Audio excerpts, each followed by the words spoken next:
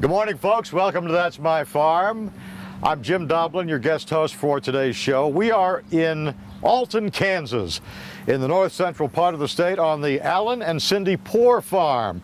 We're going to talk about this farm, its cattle, and its crop operations, plus a little Bohemian history. Stay tuned. We'll be right back.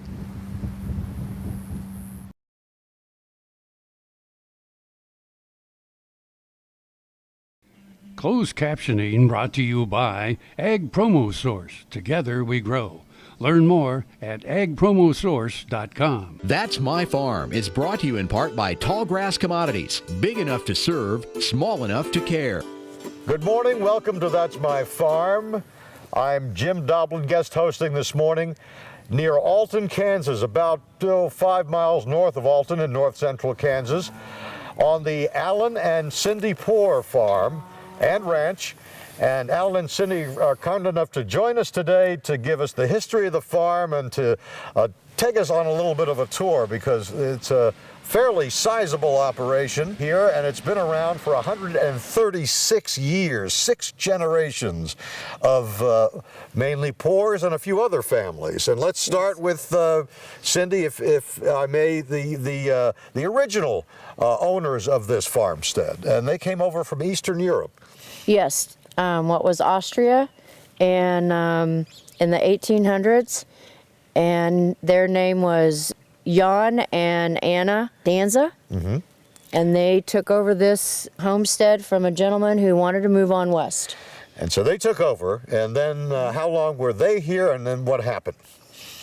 Jan passed away from typhoid fever, and then the mother was left, and she needed a hired hand to come and help with her and her children.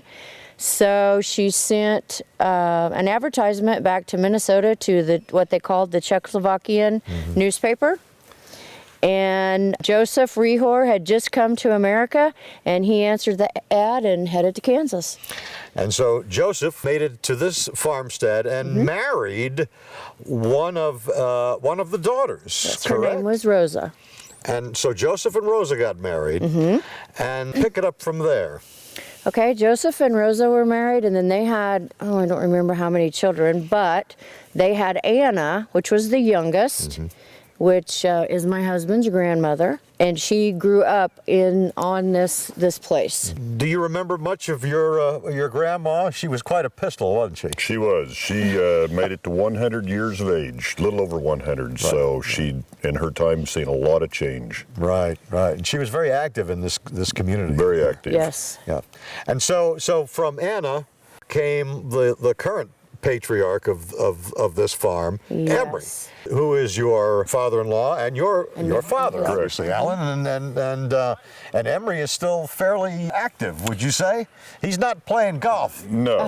He mows the church, he mows 3 cemeteries, and he manages to tell my son and I things we need to do. Whether you like to hear it or not. Exactly. I would think. But he still has a hand in this farm.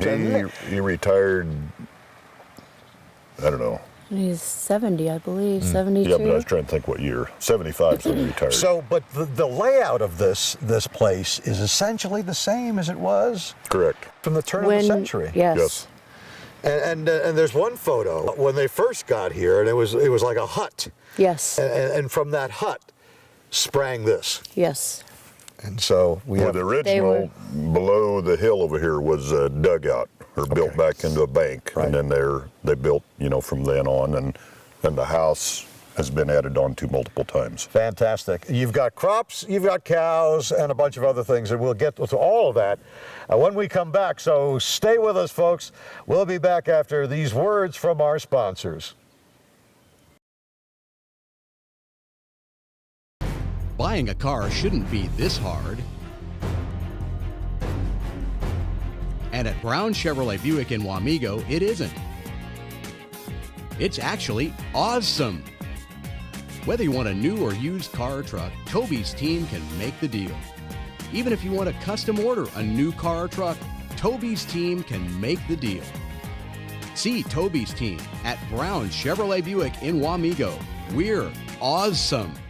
Soil is the life of a farm, and for 25 years, Sure Crop Liquid Crop Nutrition has helped growers produce abundant quality crops while preserving and improving the soils they steward. Sure Crop offers complete soil and plant analysis with cropping recommendations, delivery direct to your on-farm storage, and quality crop nutrition custom blended for your field. Choose Sure Crop for the assurance of excellence for your soil. Call today or visit their website for more information. Valley Vet Supply is devoted to providing information and professional quality products at reasonable prices. Valley Vet Supply.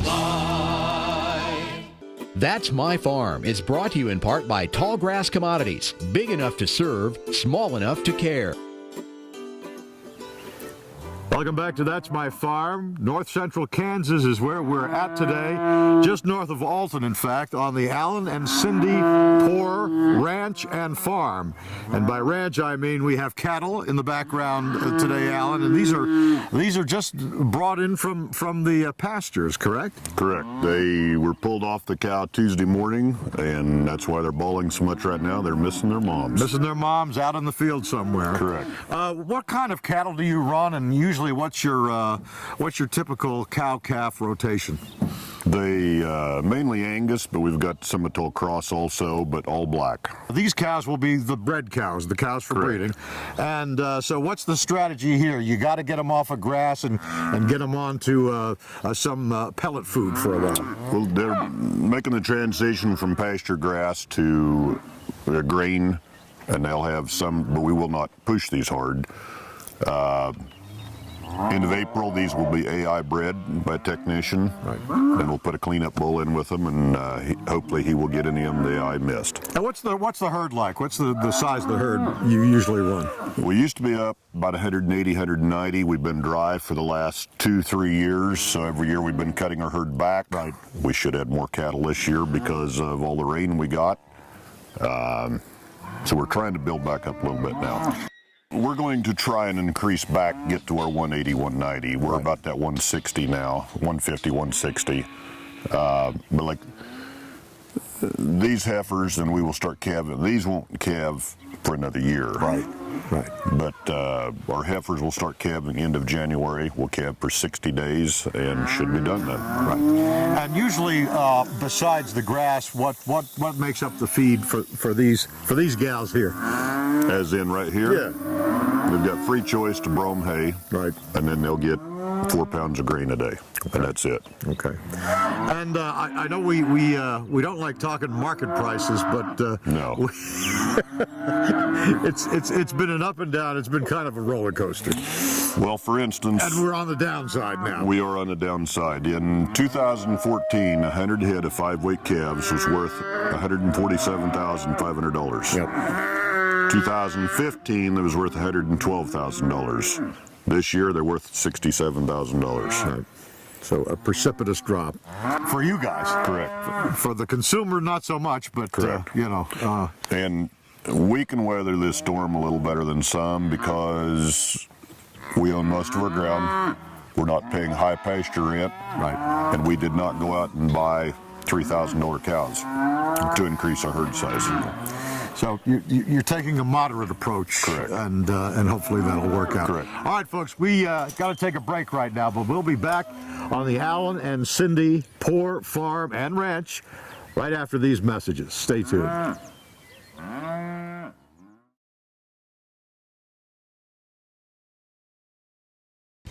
KFRM is one of the largest farm radio stations in the nation, dedicated to informing and entertaining rural listeners from northern Oklahoma to southwestern Nebraska.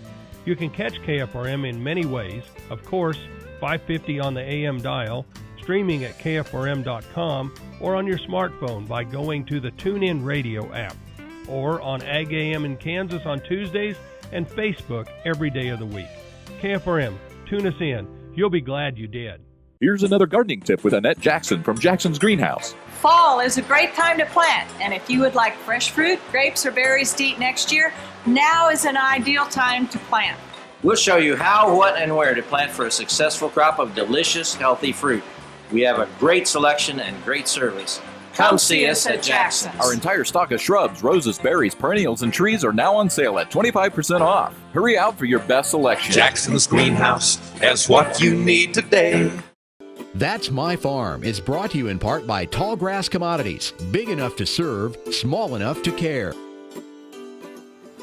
Welcome back, folks, to That's My Farm, near Alton, Kansas, in Bohemian country, at the Allen and Cindy Poore Ranch. And we have the patriarch of the family, Alan's dad, Emery, who's been on this land for 82 years.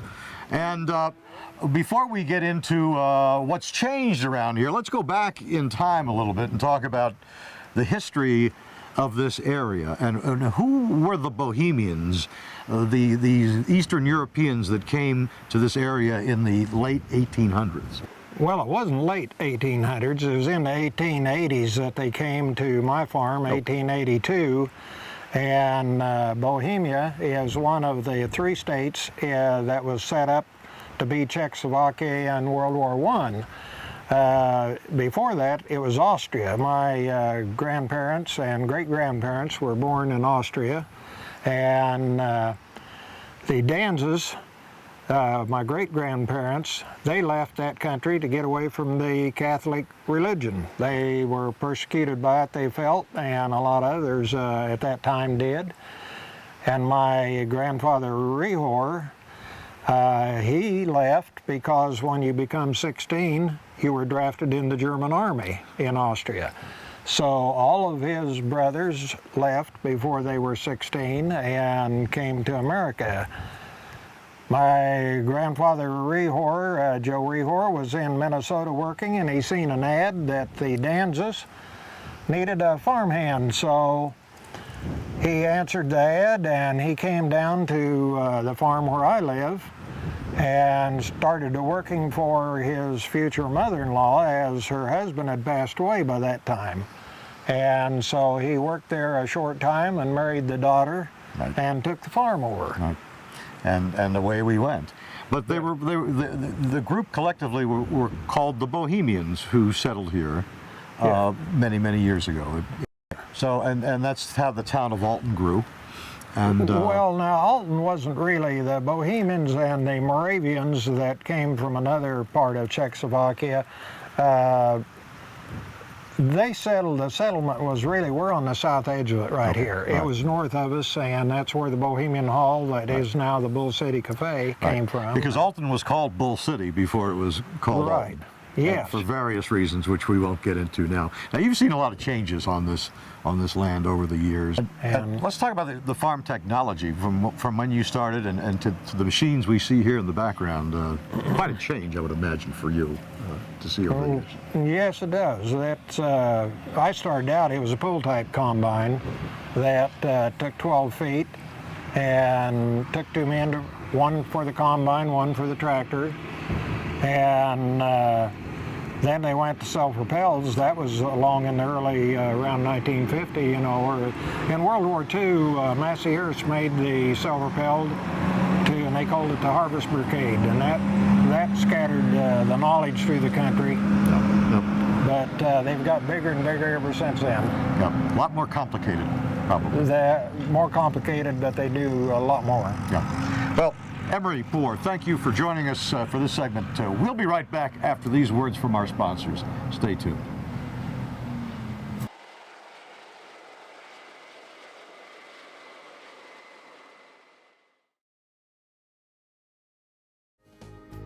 If you're searching for bulls that offer genetic flexibility, then come to the Dale Banks Angus Bull Sale, Saturday, November 19th, near Eureka, Kansas. Selling 140 bulls that have spent their lives in rough Flint Hills pastures. For 112 years, the Perriers have been focused on providing hard-working, balanced trait bulls for progressive cattlemen nationwide. Make plans to join us on November 19th or bid online at liveauctions.tv. Call the Perriers at 620-583-4305 or dalebanks.com. The new Better Horses Network is worldwide. Presented by Lucas Oil. Featuring worldwide radio and TV with iconic hosts like Al Dunning, Sharon Camarillo, Ernie Rodina, Lindy Birch, and Craig Cameron. With American Cowboy, Horse and Rider, Brushy Creek, Cavenders, and Ride TV. Worldwide radio and TV. The all-new Better Horses Network. That's My Farm is brought to you in part by Tallgrass Commodities. Big enough to serve, small enough to care. Welcome back to That's My Farm. We are in north central Kansas, a few miles north of Alton on the Alan and Cindy Poore farm, but this farm goes back 6 generations. It's about 136 years old. We're standing in a Milo field with Alan and his dad, Emery, who's been here for how long, Emery? Well, 82 years. I kind of backed off on my 75th birthday and sold out cattle and stuff and let my son and grandson take over. Okay. And you just then give them some advice once in a while, I would think. Oh, maybe. Okay. We're going to talk about crops here, Alan, a little bit, and we're going to talk about your crop rotation. Basically, you've got milo, beans, and alfalfa, and some wheat and maybe corn once in a while, right? Wheat would be our main crop, on an average 2,000 to 2,200 acres a year. Okay. 11 to 1,200 acres of milo, 1,000 to 1,100 acres of soybeans. The last 2 or 3 years I've not planted any corn just because of drought reasons. Right. Next year we'll maybe plant some corn.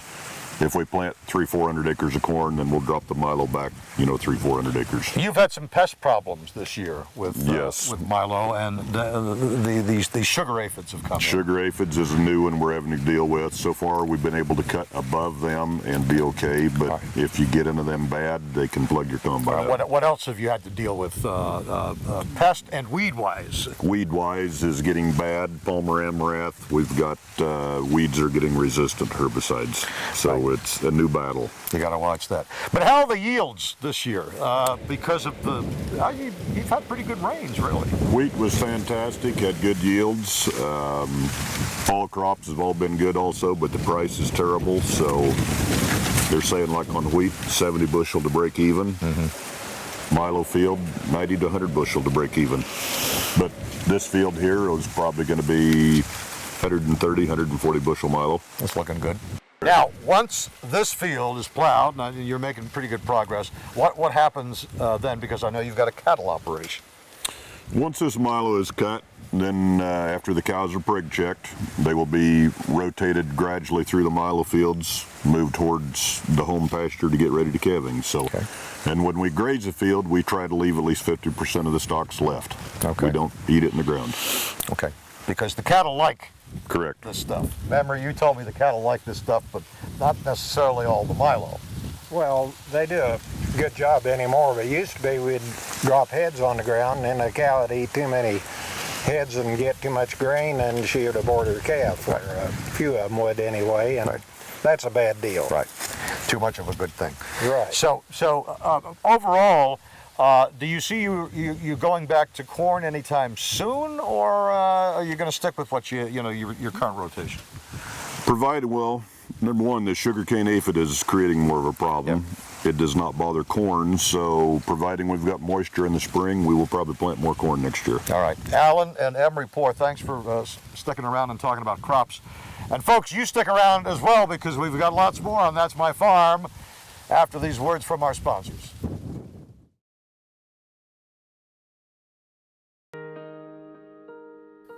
Clyde Sutton, Ness City, Kansas. Lived on this place all my life. About a year and a half ago, got to where I couldn't saddle a horse. The pain was terrible. Read about stem cell. First it wasn't for me, then they started doing neck and back. Before I went down to Manhattan, the pain I was having from my neck down to my hand was curling my hand back. Some people had thought I almost had a stroke, and my shoulder had drawed up. I couldn't lift, I couldn't sleep, I really couldn't do anything, and was scheduled to be operated on, but was scared of the knife, I guess. Went and had it done. As you can see, I saddled a horse. I'm still building fence. Love to shoot a shotgun rifle, and I'm able to participate, not like I used to, but nevertheless I can do the things I used to do. And I want to personally thank the doctors, nurses, staff at Kansas Regenerative Medicine for the opportunity they give me to have my life back again. Grain sorghum is one of the most important cereal crops worldwide, and Kansas leads the nation in its production. Over the years, sorghum has been either exported, used in animal feed domestically, or for other industrial uses. Recently, its use in the ethanol market has seen tremendous growth, with 30% of domestic sorghum typically going to ethanol production. Kansas Grain Sorghum is committed to sorghum research, market development, and education. Learn more at ksgrainsorghum.org. That's My Farm is brought to you in part by Tallgrass Commodities, big enough to serve, small enough to care. Welcome back to That's My Farm in Alton, Kansas, north central part of the state. I'm Jim Doblin, guest hosting today with all three generations of the present Poore farm together. The fourth generation, Emery, the fifth generation, Allen, and the sixth generation, Craig, who is basically, Allen and Craig are running the operation now. Craig, when did you step into this, in more of a managerial type role? Well, I'd graduated in 2003, moved back here to the Alton area and started officially kind of farming full time. I'd had some cattle and helped during the summer, but officially started in 2003. And you graduated from K-State, I would assume? Graduated from K-State with an animal science degree. And how do you think you're helping the operation now, as opposed to before? Now, I don't want to, cast any aspersions on the previous generations, but how are you going to improve things around here? Well, as the torch gets passed on, as you commented, like when Grandpa started stepping out, as previous discussed, around his 75th birthday, some decisions kind of came down to me, and I'm still the low man on the totem pole, but Dad and I discussed things quite a bit, as far as inputs and different things to change the farm and if it'll work or not, and kind of goes from there. Right. And Alan, you have no problem kind of passing the torch to the next generation? Not at all. Is Craig making life easier for you? Oh yeah, very much so. Allows us to travel a little more. Right. So that's good. Right, and Craig, what do you see as far as keeping the farm in the family? Do you think you're thinking that far ahead? I know you've got two youngsters right now. With this being my primary business, yeah, you kind of have to think that far ahead, and and as generations pass on and land, and I mean it'll be a little bit of a chore, I'm sure. A person my age and even probably my father's couldn't afford to buy everything if we had to at this point. Right. So it makes it very, the land aspect of it makes it a real large capital expense to step into. Oh. And Emery, I would assume that you are in favor of another generational passage beyond Craig, obviously. Well, I hope so. That's something to be pretty proud of, is have generations come down the line and even future ones coming on. Right. Yep. You were telling me from your time when you used to come out here and harvest about the number of bushels that you got in a day back then compared to now. Give me that comparison again. Well, we thought in '51 I got a self-propelled combine with my dad, and if we cut 1,000 bushels in a day, we thought we did a very good day. And our wheat at that time averaged about 18 bushels an acre. And now we're having, 60, 70 bushels, and they're cutting 1,000 bushels every half hour or more. Right. And there's even quicker than that, maybe. Right. And the mound near Alton of Milo continues to grow. Yes. Yes. It's quite pretty right now. And we didn't used to have that. Yeah. The elevator took them all, and they've even got larger elevator bins, and still they're running out of room. Right. Well, you got a great day to harvest, and I'll let you get back to it. I appreciate you guys taking the time to talk to us today. Appreciate it very much. Thanks, guys. Emery, Alan, and Craig. And that's my farm for this week, folks. Join us again next week for another edition. Stay tuned for That's My Farm.